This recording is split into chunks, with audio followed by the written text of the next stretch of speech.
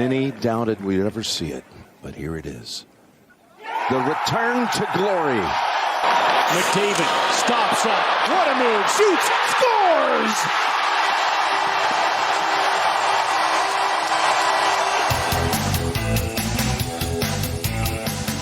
Hey, welcome to another edition of The Outsiders. Bryn Griffiths along with Robin Brownlee. How you doing today? I'm fabulous, man. How about you? Great. Here we go. The NHL preseason underway. Mm-hmm. Training camps underway. Lots of hockey talk today. We'll talk a little bit about the Canadian Football League, too, coming up in a little bit. But let's get right to the NHL stuff. The training camp's underway in all the locations, coast to coast in Canada and the U.S. Dustin Byfuglien, what's going on there? Did you see that? Yeah. Taking a leave. Well, I tell you what, and I don't know why, would love to see a report, come out of Winnipeg, I would expect, about what's happening. All I know is the Winnipeg Jets become a big question mark without that big man in the lineup. Now, we don't know what's happening, but man, that team without him is a hurting bunch. Clearly it's a personal thing, because if it wasn't, we'd have heard by now, correct?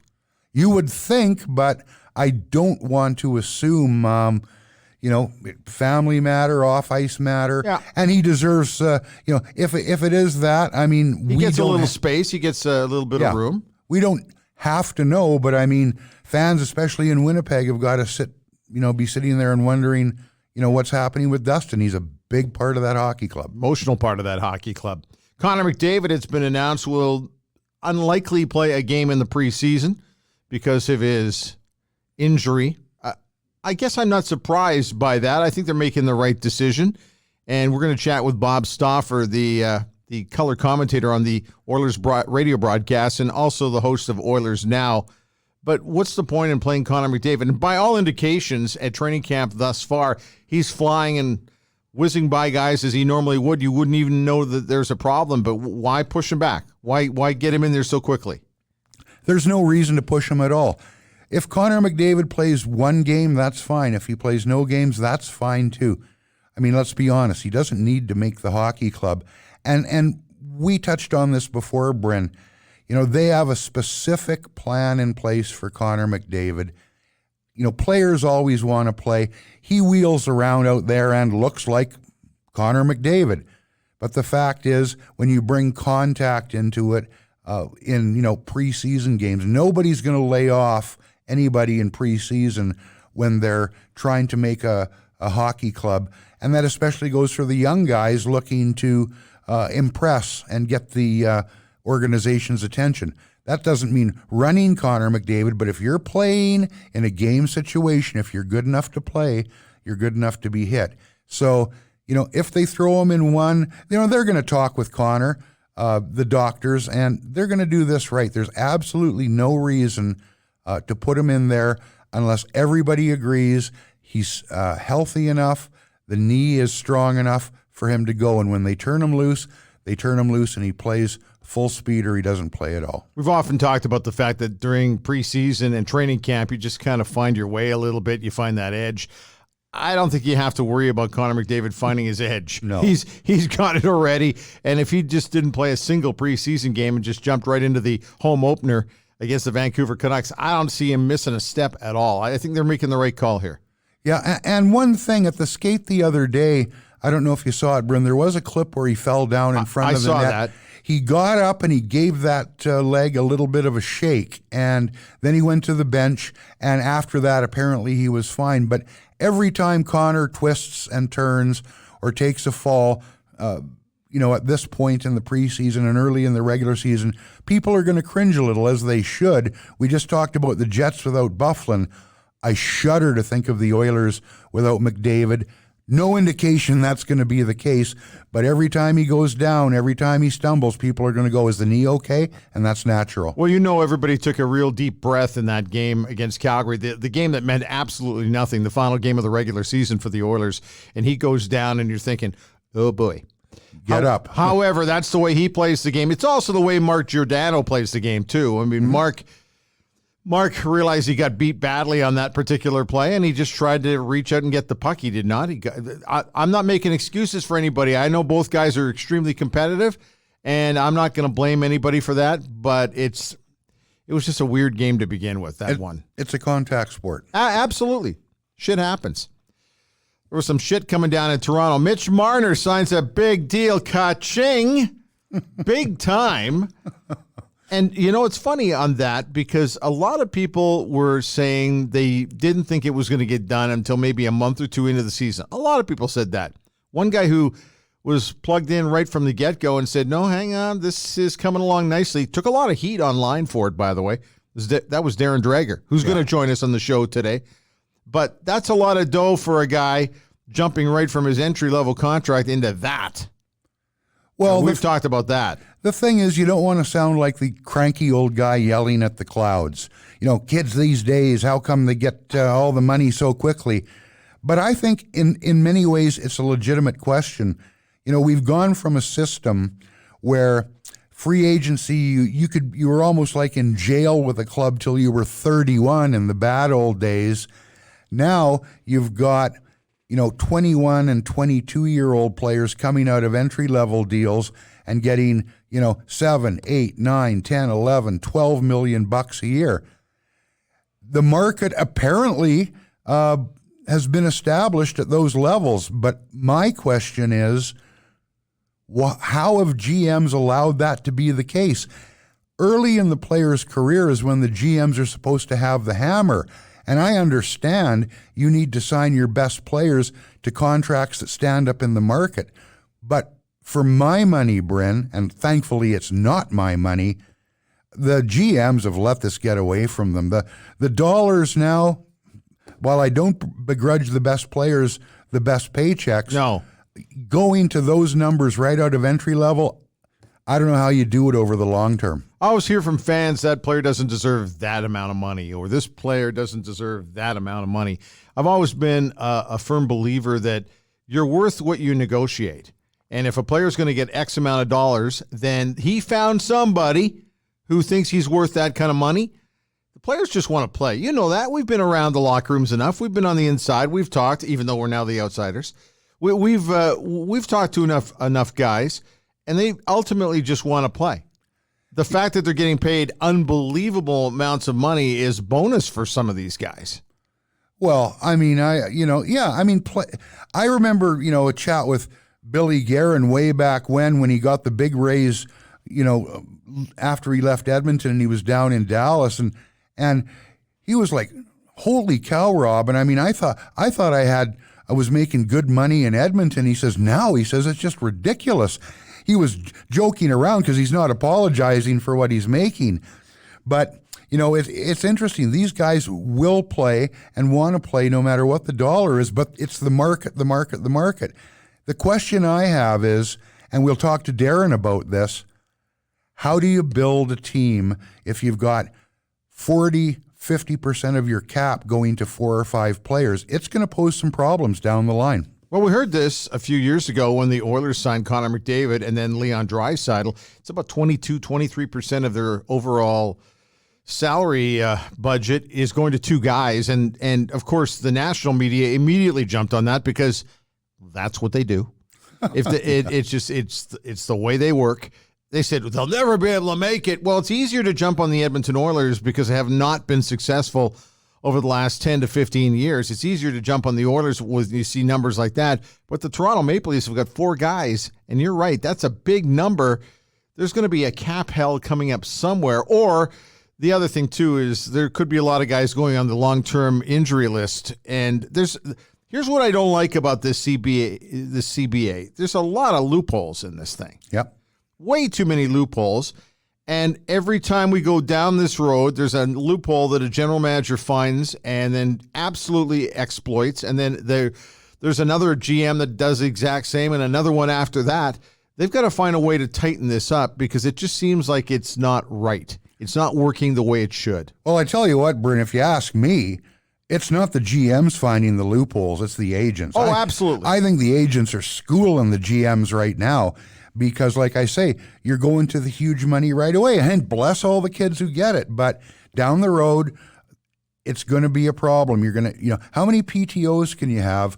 How many players can make $10 million a year under this salary cap. Well, if you've got 4 superstars, you need to pay them. I mean, right now, Connor McDavid and Leon Draisaitl, those are value contracts based on what's being handed out. Unless Draisaitl falls off the map, I'm much more secure at this point in saying McDavid is a value contract, even at what he's getting. He left money on the table. Leon at 8.5, are you kidding me? 100-point guy with 50 goals? Now, he's done it once. Yeah. But if he's anywhere near that neighborhood, that's a value contract too. CFL news. It is absolutely amazing to me that the one guy who's taken the biggest shit kicking all season long, Mike Riley, is the only starting quarterback still standing after Trevor Harris goes down with an injury in the Eskimos game the other day. I don't know how he's done it. I guess, you know what? We know Mike Riley. Yep. So the fact that he's the last guy standing after being sacked so many times this season, is that a big surprise to you? It certainly isn't to me, but it's still a little bit ironic. No, he's the Black Knight Monty Python skit. It's only a flesh wound. I saw a clip with Mike the other day out of BC, and Mike is Mike. He's going to go out and he's going to play football. He's going to run with the football when he has to. He's going to throw the football when he has to. They're in a big hole. They're not going to dig out of it even with Mike Riley, but he's going to approach the game, the same way. Locally here, Bryn, the questions about Trevor Harris, he did leave the Calgary game because of this injury to his throwing arm, flexing his hand. We've got no real update. But I tell you what, he wasn't hurt in that game. He has had some issues with that hand and that arm for a while. Every once in a while, you'll see him flex it and grip the ball like there's something there that didn't feel quite right. Obviously, it got to the point against Calgary where he said, I can't grip the ball, I can't throw it the way I need to. Because if you noticed, he'd go right to the sidelines, he'd flex it a bit, he'd throw some balls, and you'd see him shake his head like, no, it's not responding. So we can't guess. It does no good to guess. But the fact is, if this is a condition as opposed to an injury, we don't know how long it's going to be. But I don't like the look of the Edmonton Eskimos without Trevor Harris behind center when they've lost 3 straight games, when they're 6-6 and in big trouble. And now, haven't beaten anybody. We've been pointing that out week after week after week. And then you've got the Calgary Stampeders, who had a bit of a scare against the Hamilton Tiger Cats, but still got it done. It's becoming rather abundantly clear to me that the West seems to be, I think I got a pretty good handle on where everybody's going to finish in the West. Mm-hmm. Winnipeg and Saskatchewan are right smack in the middle. Got the Eskimos in 4th. I think the Stampeders are going to finish number 1. The East, however, it's really down to 2 teams. It's Hamilton and Montreal. Yep. Forget about Toronto. Ottawa looked awful in British Columbia. They're brutal. It was bad, so I guess we'll see how things shake down. But at 6-6, if Trevor Harris can't play and the team has gone the wrong way in the last 3 games, what does this club finish? It'll still probably be good enough for the crossover. Hanging on for the crossover. But what's the point if you're not going to be able to beat anybody? I know. And one other little NFL tidbit that came available just before we went to record today, and that is Drew Brees is out for 6 weeks because of a thumb injury. There's going to be some surgery required. Banged it up against the Los Angeles Rams out in the West Coast on Sunday, but that'll make some, I hate to say it like this, but that will make some teams around the NFC very happy because that opens the door just a little bit more for somebody to squeak in. We'll see how that plays out over the next week or so. We'll see how that surgery goes, but I like Drew Brees. I think that he's always provided the Saints with solid quarterbacking. I think that's going to hurt them a little bit. Like I said, just have to wait and see. Okay, you ready to go with Bob? Absolutely. Let's get to him. Yeah, Bob Stauffer, the host of Oilers Now, which you can catch on 6:30 CHED if you're in the Edmonton area. And it goes Monday through Friday from noon until 2. But Bob's podcast off of that show is delivering monster numbers right across Canada. We'll chat with Bob when we come back. So Bob Stauffer joins us next right here on The Outsiders. Pro-Am Sports is Edmonton's home for sports and entertainment memorabilia, featuring unique collectibles and apparel. We've got you and your fan cave covered. Pro-Am Sports, located in Edmonton at 12728 St. Albert Trail and proamsports.ca.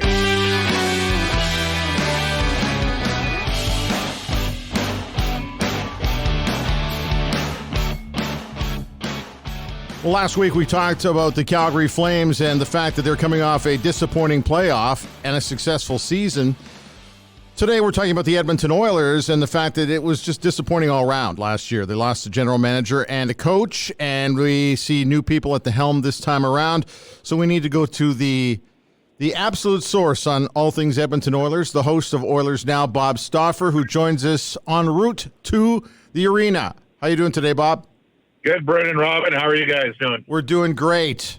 Well, how you feeling about everything here? This is going to be an interesting season, but more than anything, we could talk about players until the cows come home, but you do that on your daily show. But the thing that Robin and I are most interested in is the guy at the very top and the guy behind the bench. Where do you want to start with those two guys? Well, I mean, I'm cautiously optimistic about the team. I'm from the school, don't overpromise and underdeliver. I think that management and the coach work together to maybe add at least a little bit more veteran presence in the bottom six forwards. That'll change the dimension a bit. They opened up a spot in defense by buying out Sakara. They brought in a veteran goaltender to compete with Koskinen for starts.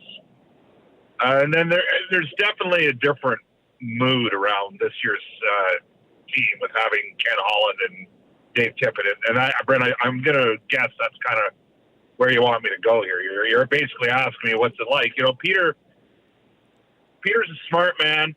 I don't know if he really enjoyed engaging with people on a daily basis. I don't know how comfortable he was at times with the West, to be honest with you. Peter's a guy from Ottawa, bright guy, went to Harvard, spent a lot of time in Boston, and it's a little bit different philosophy out here. And I know this. Peter, there were times he'd certainly be willing to engage in discussion, and he probably, to be honest with the two of you guys, because I'm on the plane, and both of you have been on that plane, Yep. He maybe granted me more time than anybody else. But the fact of the matter is, this is a results-driven business. And after the 103-point season, and he made a couple pretty big moves in the first couple of years here, and especially trading Taylor Hall. And after the 103-point season, the last 2 years were a significant step back, much to the frustration of the Oilers fan base. And it's results-driven. And I think we all expected, throughout January, that we were headed down on an inevitable path. So it is a very different mood. Obviously, Ken's, I'd say, more approachable. And we had with Todd McClellan. He was a terrific guy and an excellent guy to deal with. And Todd McClellan often said to me, Bob, I would have been happy coaching Edmonton for 10 more years. So my hope at this stage is that Dave Tippett has a lengthy run here and Todd has a lengthy run in Los Angeles. Yeah, I mean, for me, Bob, having, been with the team for a long time until several years ago, something as subtle as, communication, how how the word travels from the top through the coaching staff to the players, call it mood, call it atmosphere, we call it culture these days. Ken Holland has made a career out of just being himself, using his own approach, sticking with what he believes is tried and true. You're on the inside. When fans say, well, we've been promised, or they've pulled the football away from us more times than I can remember over the last decade or so. Why is it going to be different this year? Why do you think it's going to be different this year in terms of how the messages are delivered and the decisions are made right at the top with Ken Holland? Well, I can't guarantee that the team's going to suddenly become a 100-point team again. I mean, I think there's going to be some gradual improvement, and the opportunity for real growth might actually occur next summer in terms of upgrading it, just because of some of the cap challenges that have been inherited from the Chiarelli regime. Robin, it's probably been at least, a decade since you were sort of the beat guy. And, Yep. The one thing that's changed is things like what you guys are doing now with the podcast, right? You got podcasts and you've got more bloggers than ever before. You got a whole entity in The Athletic, and You've got some people that never actually come down to practice. And I know both of you guys valued that aspect of your roles and made sure, Bryn, when you were the sports director and, basically the station manager at 1260, you'd be down there, and Robin, you were there every day. And so there's, part of it's incumbent upon, I guess, the media to ask the right questions. I mean, this misnomer out there that this is like nobody, and the other thing that's changed, guys, is Twitter, frankly. Oh, yeah. So everybody's got an opinion. People, we have people reading Connor McDavid and Leon Draisaitl's face from media availabilities in Toronto at the BioSteel camp. So this is what this means. So to be honest with you, you guys both know, Ken a bit. You both have experience dealing with Dave Tippett. What you see is what you get. Peter, in the end, I think Peter got quite exclusive. Like, he really didn't, I know for a fact there were situations where he was strongly advised not to act on certain moves, and he went ahead and did it anyways. And it kind of, like Ken Hitchcock had a lot of pull with Peter upon coming in, because Ken was going to save Peter at that stage of the game. So, long story short, we'll see how she all transpires. I mean, I can tell you already that there's been a small example, guys. Peter would go and sit about 3 rows away from where the media used to sit and watch practice during training camp. Ken Holland is sitting within 15 feet of the media. Yeah. The rest of the staff is sitting by the media 5 feet away. If you have a question, you just go up and walk.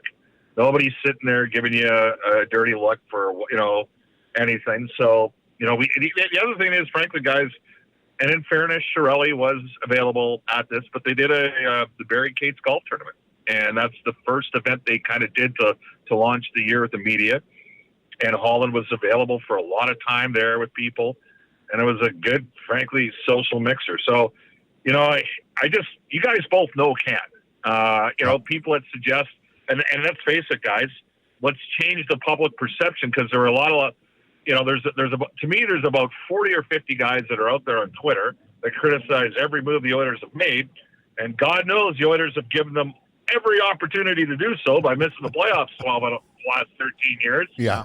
But the thing that changed for Chiarelli in the eyes of a lot of the fans is when he executed the Milan Lucic trade. That changed it, gentlemen. And we'll see where it goes moving forward from there. Bob Stauffer from OilersNow joining us. Bob, got to shift gears a little bit from the general manager to the coach. Love that press conference with Dave Tippett came in here, because he's always been, people have always looked at him, fairly or not, and said he is a defensive type of coach. Yet I've seen him coach offensive teams equally as much as defense. It's going to be a little bit of a shift in direction, I think, for him this year. Are you sensing the same sort of thing? Well, I know this, Brent. If they don't improve their team defense, they're not going to make the playoffs, right? Correct, like, yeah. How about this? I'll defer to Ian Herbers. Like, Ian Herbers went into, this is a funny story, but he went into the University of Alberta, and he was talking to the players, and for the first 4 or 5 practices, all he had his guys work on was cycling the puck in the offensive zone and winning 1-on-1 battles down low in the offensive zone and all that sort of thing, right? And after about the 3rd day, a couple of veterans go, "Coach, are we going to work on breakouts?" And he looked at me and goes, "Well, you see, if you win all the battles in the offensive zone and you do a better job on transition and those sort of things, bringing it in, you don't have to play as much in the defensive zone." So yeah. I will say this about Dave. My impression of Dave is that he's been a staunch defensive coach. That's kind of how I perceived him. Look how Arizona played. Right. He never had Connor McDavid or Leon Draisaitl there.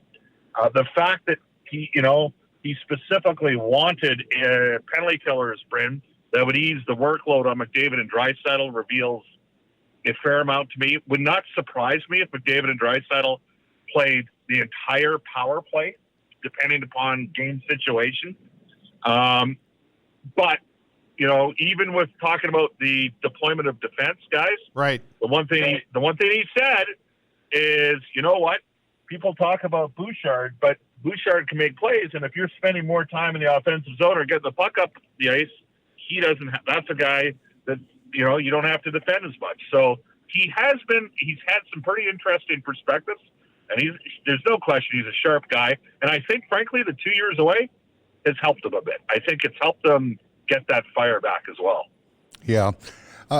Bob, Ken Holland and Dave Tippett, they're coming into a situation, you know it all too well. You've seen it from the inside now for a long time. Now, the problem outside of the one playoff appearance and all the things that have gone wrong with this club, this is not the fault of Ken Holland and Dave Tippett, obviously, but it is their problem in terms of the fan base. So how do you strike that balance between saying, yes, we want to get immediate results because our fan base has been sitting around forever waiting for something to cheer about because it's a passionate group, and if you give them something to yell about, they will, and balancing that with building the club properly, making sure you're surrounding McDavid and Draisaitl, Nugent Hopkins and Nurse with the right parts. Like, it's a tough balance to strike because fans don't want to hear every 3 or 4 years, well, we've got a 5-year plan. Yeah, well, you know what, Brent? I used to have this conversation with Todd McCall the first year he was here in 2015 as well. We weren't here for this, and I'm just like, that comes with the territory. Like, those guys had to know that coming in, that and I just think they got to do what they do, and I think they got to be pragmatic about this is why you don't overpromise and underdeliver. I think there will be improvement with the team. I think they've improved the team's depth.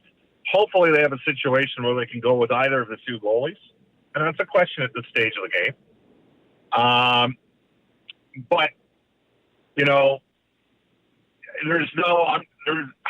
do you do that? I don't know how you do that other than win, which is probably the thing I've heard the most. We got to just win. Yeah. That's the thing I've heard the most, because the fan, they're fully justified at this stage in, we're from the show me state. Absolutely. Like, who wouldn't have that perspective? It's something we deal with on an everyday basis, to the point that it actually might work against guys. Like, I'll give you an example. You could make an argument right now that Bouchard's in the lead seat, claim that spot on the right side to play with Oscar Klefbom. Mm-hmm. But some fans might say, well, they're going to rush him and they're going to wreck him, and this is what loser organizations do. Well, how do you tell the kid that when he's been the best defenseman? Right. And so there's lots of factors. You guys both know the game well enough. I mean, there's lots of scenarios where you shouldn't have to pay for the sins of the past, but the organization collectively has to. They have to eat the fact that they missed the playoffs 12 out of 13 years. Mm-hmm. So there you go. Comes with it. Bob Stauffer from OilersNow joining us. Bob, I've got to ask, everybody sees the game a little bit differently. You mentioned the goaltending was a bit of an issue last year. For me, the thing that really bothered me the most was the bottom six. Really never helped and contributed to the top six. Took the pressure off those guys a little bit. Do you still see that as being a problem, or do you like what's been done on the offseason with all the one-year contracts and a little different look? Brent, I like the flexibility of the one-year contracts have given moving forward. Dave Tippett played with Archibald's dad, who was a legendary NCAA enforcer at North Dakota. Mm-hmm. We'll see how this all, Sheehan coming in, I think should help because he can kill penalties and he's about a 51-52% face-off guy. Granlund is an experienced player. Archibald took a step forward. So there's three guys that should help their bottom six that can all PK.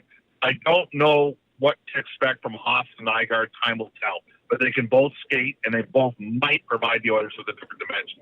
The bottom line is when we went over to Germany last preseason game, and first regular season game in Sweden, the Oilers had, 15 goals scored in the preseason from Ratty, Puljujärvi, and Yamamoto. That trio did not score 15 goals in the regular season. I will tell you right now, Todd McClellan was not convinced those guys were going to be able to get it done. So I do think there's going to be a different confidence level, Brent, in the bottom end of the lineup this year, just with the addition specifically of Sheehan, Granlund, and Archibald. Those are legitimate NHL players. Bob, for me, the two areas I'm most concerned about are connected. Goaltending, Mikko Koskinen, I think he wore down a little bit at the end of last year. He got used too much. Mike Smith had a tough regular season, but was very good in the playoffs. But if this team's goaltending isn't better, and in concert with the PK being better, I don't know that what happens at forward matters much. How do you see it? Well, they've had the worst penalty killing Robin in the NHL over the last 3 years. Yeah. So it has to get better. And it's going to be directly tied to goaltending, and then the combination of the two, PK and goaltending, will tell us the tale of goals against. They got to shave half a goal a game off. Or they're not going to make the playoffs. So I think the one thing I think we have seen, guys, is Peter made some bets here. Like, Talbot handled a 70-game season 1 year. He couldn't do it 2 years in a row. And there were some ex-goaltenders that I talked to around the league, wherever we went, that were like, Talbot's not going to be able to do this 2 years in a row. Not with the travel out west. Yeah. And they were right. And so Peter would go cheap on a backup, and it came back. And he wasn't paying that much for Talbot. Like, Talbot was like a $4.25 million cat hit or something like that. That was a bet that Peter went the wrong way with. Okay. So we'll see. We haven't seen Smith in training camp yet just because he's been sick. We didn't see him skate in the captain skates, and you guys both know he's a terrific athlete. It's going to be a competition, but I believe the Western Conference today with the travel, and you guys know, Brent, you traveled with the Jets back in the day, and Robin, you obviously did the Oilers. It knocks the crap out of the players. Oh, yeah. Like the Oilers, most years Edmonton has either the second or third most travel in the entire National Hockey League. And I think it's taxing on the goaltenders. So I think the fact that they've got two options there will help.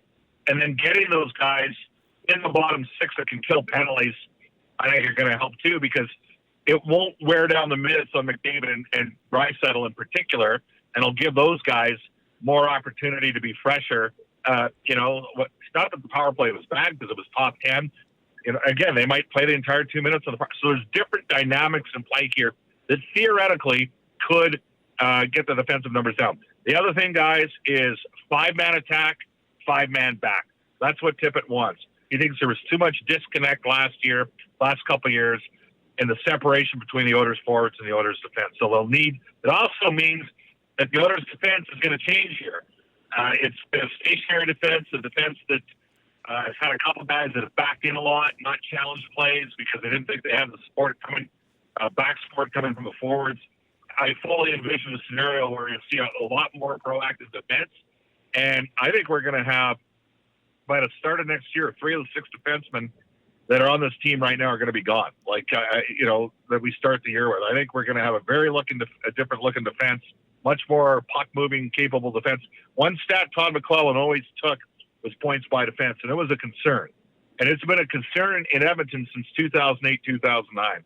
That year, the Oilers were one of 3 teams in the league that had 4 30-plus point defensemen. They haven't come close to that since. No. So, and it's hurt them from being competitive because they haven't had a transition game. But Tippett doesn't just want a transition game; he wants defense in the offensive zone, being able to activate and cycle off of long cycles in the ozone as well. So, very different looking defense long term. It's all rolled into one thing: get the goals down and spend more time in the offensive zone. Bob, I know that you got to get into a broadcast meeting really quickly here. Just 2 last quick ones for us. Connor McDavid update. Do you like the way they're going to treat him through preseason? And to tell everybody, hey, listen, your show speaks for itself, but it's also delivering some big podcast numbers. Just address those 2 things quickly. Yeah, McDavid looks great.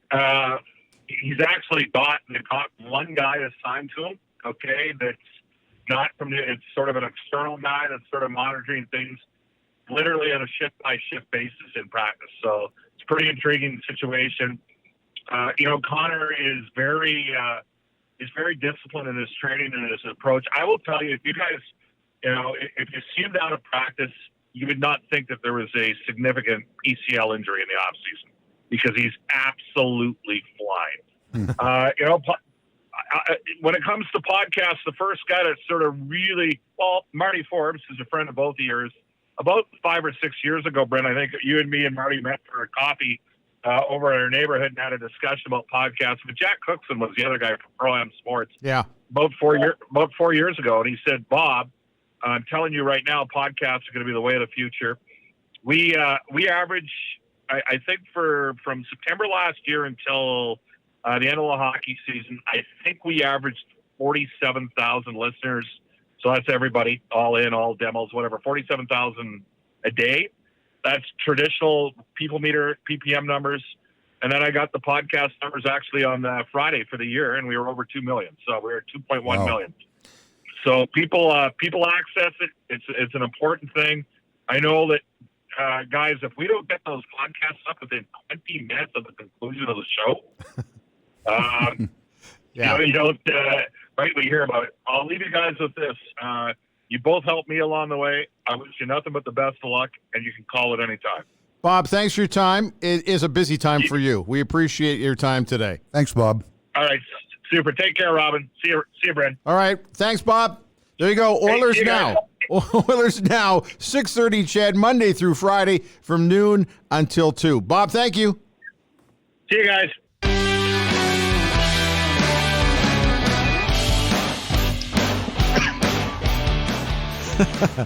Darren Dreger of TSN joining us on the podcast today.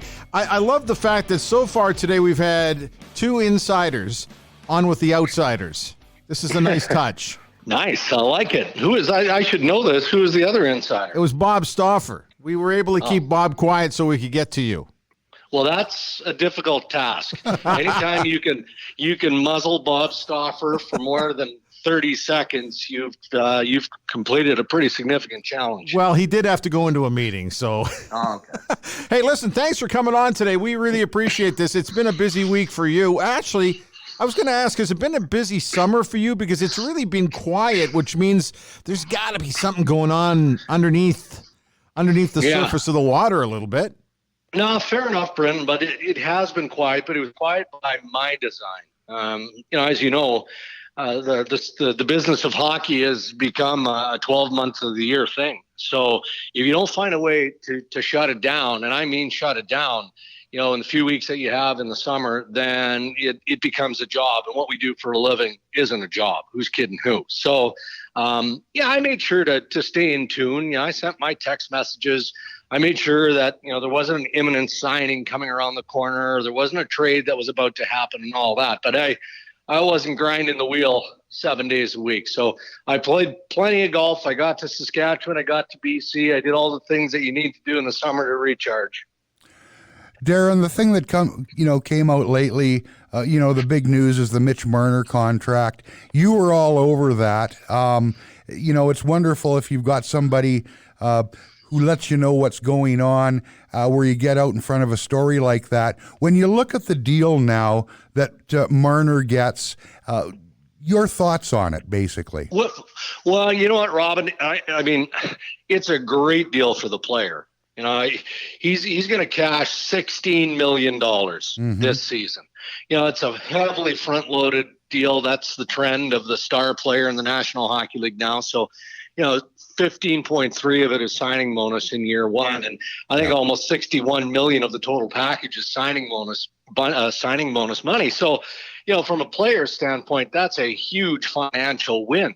But Kyle Dubas, the general manager of the Toronto Maple Leafs, found a way to make the player concede, to give up that year, because when Toronto signed Austin Matthews to the 5-year term at 11.5 and change, that adjusted the landscape of the restricted free agent. And I largely believe, guys, that's why so many of these players remain unsigned, is because, most of them are probably looking for a 3-year bridge.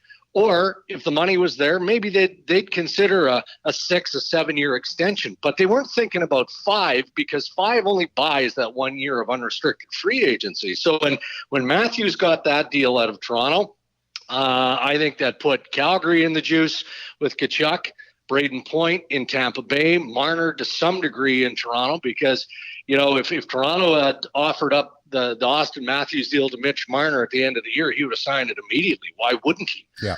So I think it's an excellent deal. for both sides. And Toronto does get that extra year of free agency and buying that away from Mitch Marner. So Marner had to agree to the 6-year term.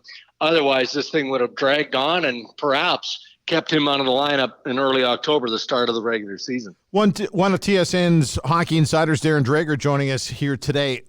There was a lot of heat on the Edmonton Oilers when they signed both Leon Draisaitl and Connor McDavid. It ended up being 22 to 23% of their overall budget. Now we've got the Toronto Maple Leafs. You got 4 guys over 40%. Are they causing a problem here? Do you see them going the LTIR route? How are they gonna manage this?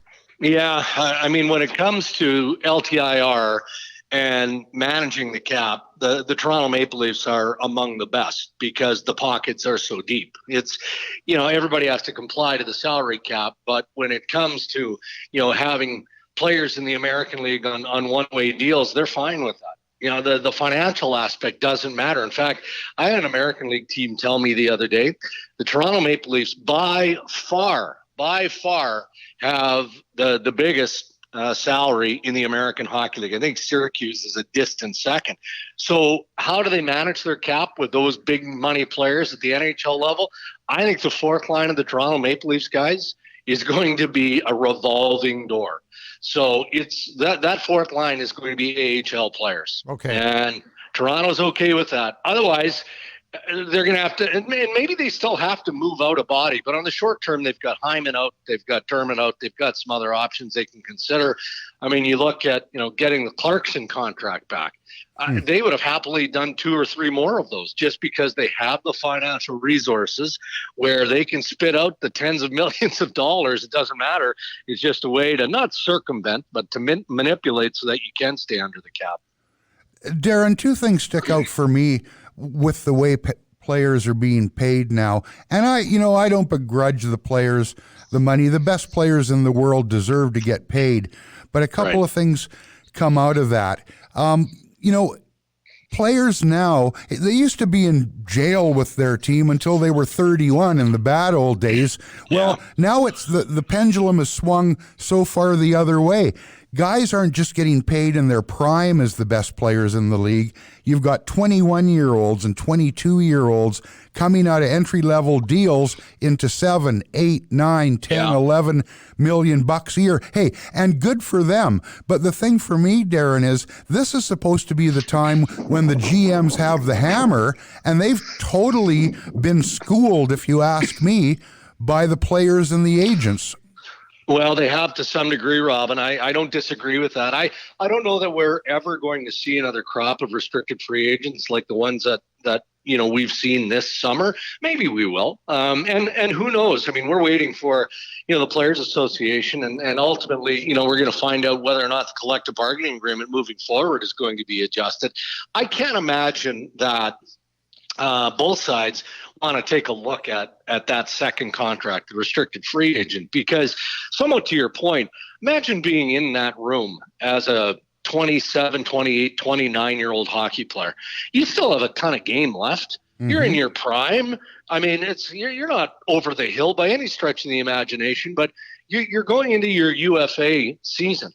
And you're looking around and you're seeing all these 21, 22-year-old kids swallowing up all the cap space and getting these mega contracts. I mean, we talked a lot about what was going to happen with Jake Gardiner this year. Jake Gardiner essentially has to settle on a 4-year, $4 million per deal with the Carolina Hurricanes. Yep. That one to me is mind blowing. And people are wondering whether or not, because he had a nagging back issue, whether that factored in. Well, it probably did to some degree, but not at $2 million per year. Jake Gardiner probably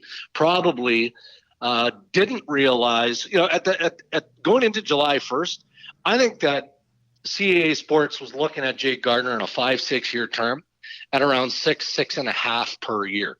And he ended up with 4 times 4 and change. Well, I think the restricted free agents just clogged and paralyzed the market.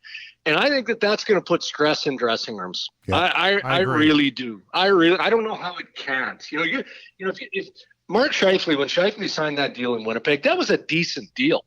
They got him at fair value. It just turned out that Mark Scheifele was an NHL superstar, and he evolved and developed quickly after signing his contract extension. Now, he's still a star player and superstar player in the NHL, but, he's waiting in Winnipeg for two kids that he knows are going to make more money than he is in Lion A and Kyle Connor. So I don't know, the whole dynamic of that business side of things has to be complicated, no question. Yeah, and Darren, I wonder when and how the adjustment comes. Again, the top players need to get paid, but if you've got half your cap going to 4 or 5 players, I think there's such an imbalance there that it's going to be difficult to build a team. It can't be guys in the $10 and $11 million range and everybody else at $1.5 million. Hey, that's great money in the real world for any of us, but when you're so top heavy, it poses a whole set of problems. It definitely does, and I haven't talked to the commissioner or deputy commissioner Bill Daly about this, not recently anyway. But there's got to be a little bit of eye rolling in the commissioner's office, looking at some of these contracts paying out, right? Because when you invest so deeply into a few players as Toronto has specifically, you're putting all your eggs in one basket, and if it doesn't pan out, then what do you do? You're stuck. And you look at the unrestricted free agents that Toronto is going to have to wrangle with at the end of this year, which includes Tyson Barrie, who, if Tyson Barrie has another 60-plus point season, he's going to command top dollar on the open market. Toronto's not going to be able to afford that. You've got Cody Ceci, who's a good, dependable NHL defenseman. You've got Jake Muzzin, 3 defensemen who are going to be unrestricted free agents next year. And I'm not projecting that the salary cap is going to go to $90 million in the next 2 years. So it's going to come at someone's expense. There's no question about that. Did you like that Morrissey number? Do you think that's really going to be setting the tone for a lot of these future deals here? Yeah, I'm not going to say he's underrated, because I think we've seen enough of Josh Morrissey to know what he is and what he's developing into. To get him on that term at 6.25, it's not a steal. You're talking about $50 million, but that's money well spent, and that's quality management by the Winnipeg Jets. And look, some players, guys, this, you've been around the game a long time. Josh Morrissey obviously isn't, one of those players that wants to play with the uncertainty every couple or 3 years. He probably could have said, you know what, now I'm going to take a 2 or a 3 year deal, and we'll see where it goes. They probably could have bridged him yet again at around 5.5, and then he commands more. But instead, he looks at $50 million on the table and says, my family's are going to feel the financial legacy of this contract and the next contract. So I'm happy with that. And I know the Jets are over the moon. They've had enough contract issues, and they'll continue to have those issues moving forward. But this guy's not only a hell of a hockey player, as we can see, he is top-level character. So they've got a real good leadership piece in the fold for a number of years. Yeah, I like him as a player a lot too, Darren. Connection here to Edmonton, because I know fans have asked me, what does the Morrissey number mean to a guy like Darnell Nurse? Now, they're different players. Nurse, very physical. Looks like, I don't know that he's a 40-point guy, even though he's done it once now. But what kind of number do you think Nurse is looking at if he can at least replicate last season in this coming season? Yeah, it's got to be up and around there, doesn't it? It feels like it should, or it could be. Mm-hmm. I like Darnell Nurse a lot. I think you guys do too. There's some aspects of his game that he's got to continue to work on and polish, but he seems to get better every single year, and that's the mark of a high-quality player. And that physical element that he provides, I don't think that's undervalued at all by anyone. Here's also a kid who, would probably fight every night if they let him, but that's not helping in today's game. But you've got that built-in deterrent in a player who's developing into a star. Guys, I can tell you, earlier in the summer, there was a lot of trade speculation around Darnell Nurse. And, the Maple Leafs were allegedly involved and reportedly involved, and what would a deal look like and all of this stuff. And I think Kenny Holland and that group just quickly dismissed all of it. I wouldn't say that Darnell remains an untouchable. He wasn't an untouchable in the summer, but the Edmonton Oilers have enough invested in this young player, and they know or believe that he's got at least a couple more years in him before they see the top end of Darnell Nurse at the NHL level as a defenseman, to push all that speculation away, unless it's just a can't-miss deal. So he's going to get paid. If he continues to develop based on what we've seen, he'll get paid. We chatted with Bob earlier, more of a local perspective on the settling of the franchise a little bit with a new general manager and a new head coach. You're distant from the situation. How do you view the situation for the Edmonton Oilers going into the season with both Ken Holland and also the new coach? Well, look, I'm a bit old school, and I've known both those men for a long, long Yes. time. I've got lots of time for Dave Tippett.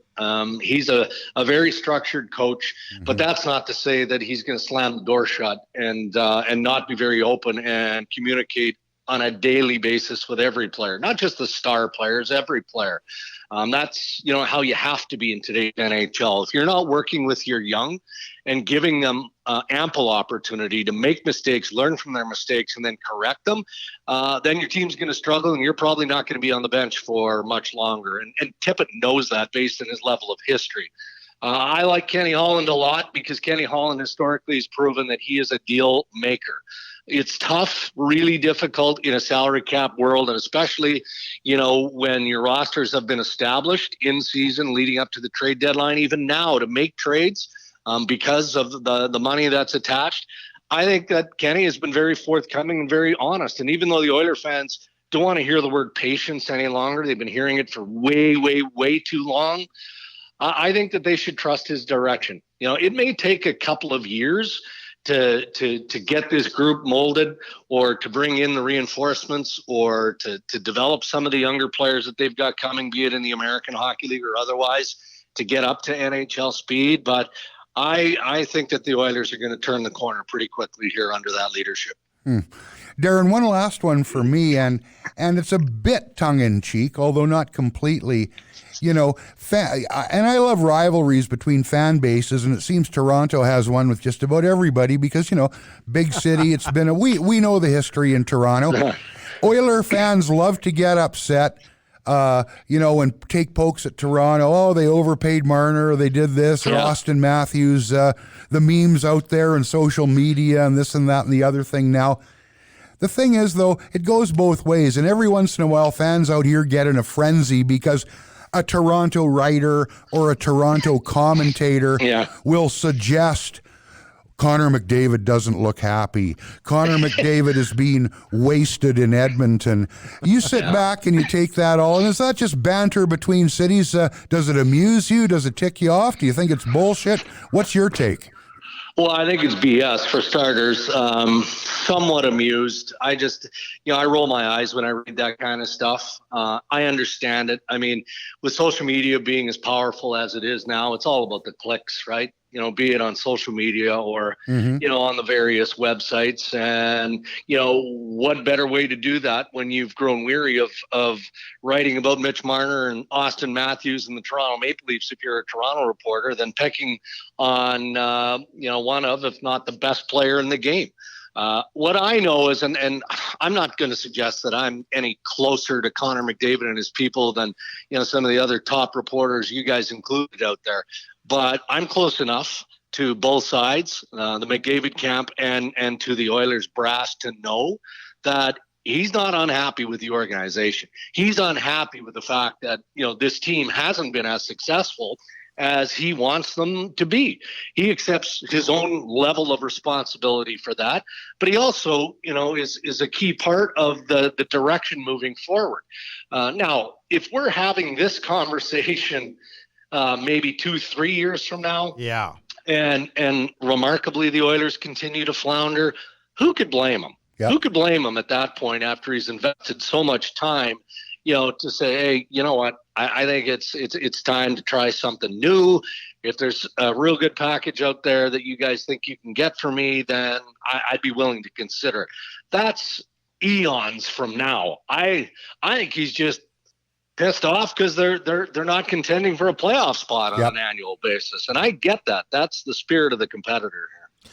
Before we let you go, and thanks for this today, we got to talk about your new podcast coming up. Your partner in crime for this podcast is Ray Ferraro. Yeah.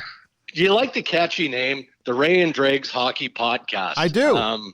Yeah, we thought long and hard over that one. So it's actually a partnership with a group, Udo out of Vancouver, and of course TSN. No, we're excited by it. I mean, Ray and I spent a lot of time together, and we've got similar philosophies, but we don't agree on everything. And you guys know, in listening to Ray, in seeing Ray, in watching him engage on Twitter, this guy loves to debate, and he's not afraid to share his opinion. So we're going to have a lot of that on a weekly basis, some top guests, and we'll have some fun as well. So I think you can probably download now with the sea of podcasts out there. So I'm looking forward to it. Will he be able to develop some edge, though, to do this? Well, that might be the tricky part. There's been a mellowing part of Ray's life, and I give full credit to Cami Granato, his lovely wife, because Ray is still surly on certain days. There's no doubt about that. I mean, you don't want to poke Ray too much, but he's calmed a little bit. But there'll be enough jam and juice in him that I'll be able to fire him up on a weekly basis. Oh, it'll be must listen stuff, Dregs. I tell you, I just wait for every time he calls somebody pal on Twitter. It's already hit the fan. For sure, pal, chum. How many times are you going to say beat it? Yeah. Lots coming. It's going to be awesome. So when's that starting up again here? Episode 1, I believe we're recording on October 1st. So I don't know if it airs October 2nd, later the night on October 1st, but around the 1st or the 2nd. Just in time for the start of the season. Well, we wish you all the luck in the world, Dregs, and we're hoping you can do the same kind of numbers that we do. Beautiful. Yes. Hey, Darren, thanks for your time. We don't like to bug you too often because we know you're busy, but we do appreciate it today. You guys are good friends anytime. All right. Thanks, Darren. Thanks.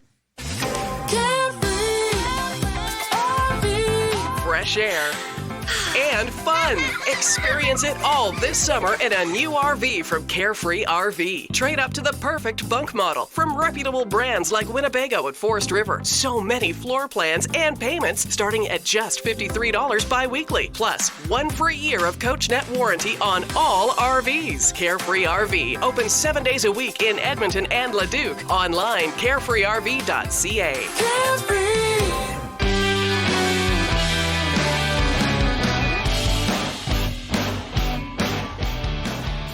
Wow, that was quite the podcast today with both Bob Stauffer and Darren Dreger. What do they know? It was fun. Yes. It's a lot more fun when you know both guys really well. Mm-hmm. So I really enjoyed that today. Got to tell people what's coming up over the next few weeks. Next week, we're going to try to track down some information on what's going on with the Winnipeg Jets and also the Vancouver Canucks. Little preseason check-in for them. We've already done the Flames. We've done the Oilers. And we're getting ready to roll big time. I think in Winnipeg, it was a little disappointing talking to some relatives out there. They were a little disappointed with the way the season went. And I think that their goals and their ambitions are a lot higher again this season. So we'll see whether or not they're able to get there. The Vancouver Canucks last year, I don't know how you felt about it, Robin. I actually think that they did better than I thought they were going to do last year. Well, Elias Pettersson was so good right out of the box. Yeah.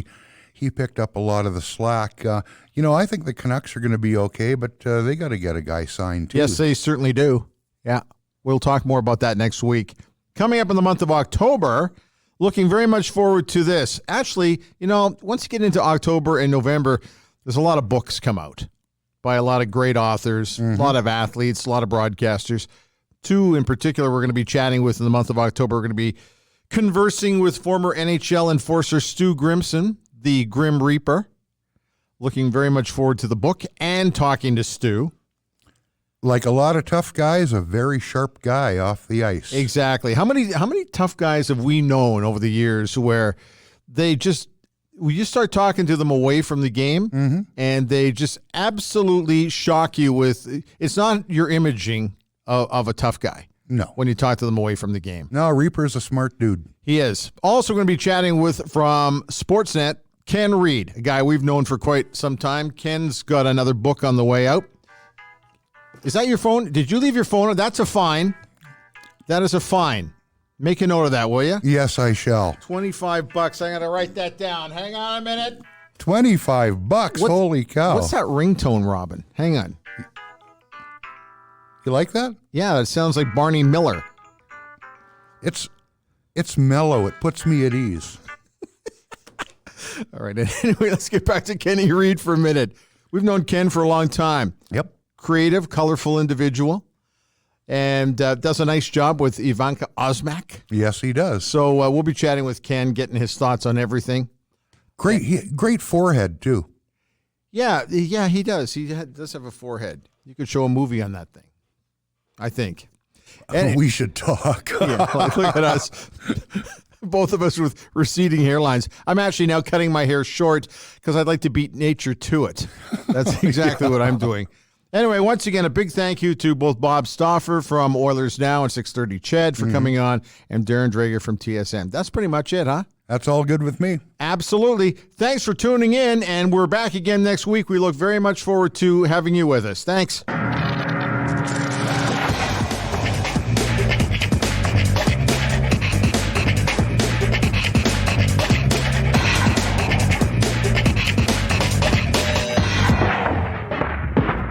Was recorded earlier because we were ashamed to do it now.